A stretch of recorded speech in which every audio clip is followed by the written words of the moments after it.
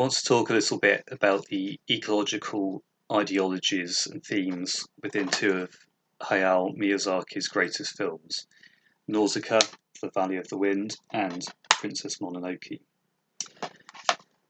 And what interests me about these two is how they present quite different pictures of the relation of the natural world to mankind through quite different mediations. And what I mean by that is, in Nausicaa, the ideology, you could say, is of nature having a sort of immanent power or development of itself. It's mentioned in the film that nature evolved in the wake of mass environmental destruction and pollution. It evolved new ways of coping with this destruction, of finding new solutions to it. The tone is very much science fiction. Things are explained in terms of modern science, however we might understand or explain that. It's nature itself that somehow finds a solution to the problems of pollution, the problems that mankind have created. It's nature itself that develops the solution, finds a way to purify the earth, and that is the hope in the ending that I find very moving. That despite all mankind have done, the world isn't irretrievably ruined. Mankind isn't going to be completely wiped out, but can find a way to live more in harmony with the environment around him. And Princess Mononoke, for much of the film, seems to present a different kind of ideology with regards to nature. So whereas Nausicaa is set in some post-apocalyptic future, Princess Mononoke is set in the past, in a feudal Japan, with much more of a fantasy tone to it. And rather than nature having a sort of immanent development or power, there is a supernature, there are spirits, there are gods behind the natural world. The forest spirits who seek to defend it from the depredations of industrial civilization, for example.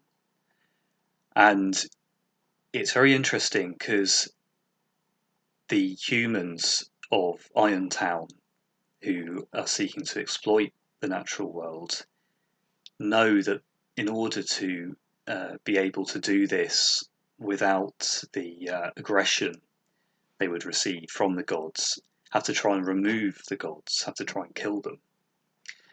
And in many ways, this would speak of the disenchantment of the world, as Max Weber put it, the way in which industrial civilization, capitalism, has to desacralize the world around us to see it as nothing more than a kind of collection of spiritless, lifeless parts to be gathered and reused in whatever way we see fit. However, there's an interesting ending where the great forest spirit apparently dies, but in some way is scattered throughout the natural world, permeates the natural world. So the world hasn't become completely desacralized after all, but in some way the old gods have died, the pre-modern structures of belief and myths have disappeared, and yet the world remains sacral in a way that even the villain of the film can't ignore, for reasons which seem rather cursory, to be honest, and I don't find the ending of Princess Mononoke nearly as satisfactory or convincing as Nausicaa. But regardless, the villain decides to build a town on different principles, on a way that is more in keeping with the health of the natural world, perhaps because she's recognised that her efforts to destroy the gods have been unsuccessful, and that a better way needs to be found. And I don't think this is very likely to gain traction as a worldview anytime soon, given the way our civilization has gone and is going.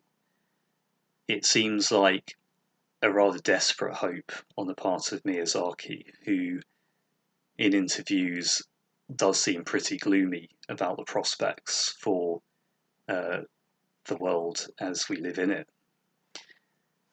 But it certainly is something to ponder for ourselves, given the environmental catastrophes that are very likely to occur even in my lifetime. How do we see the world in a new way, in a way that won't lead to us destroying it further and ourselves? Can we even find a new way? Are we so bound up with the systems that have been put in place that we could never really break out of it? Those are the questions that haunt me, and clearly haunt Miyazaki as well.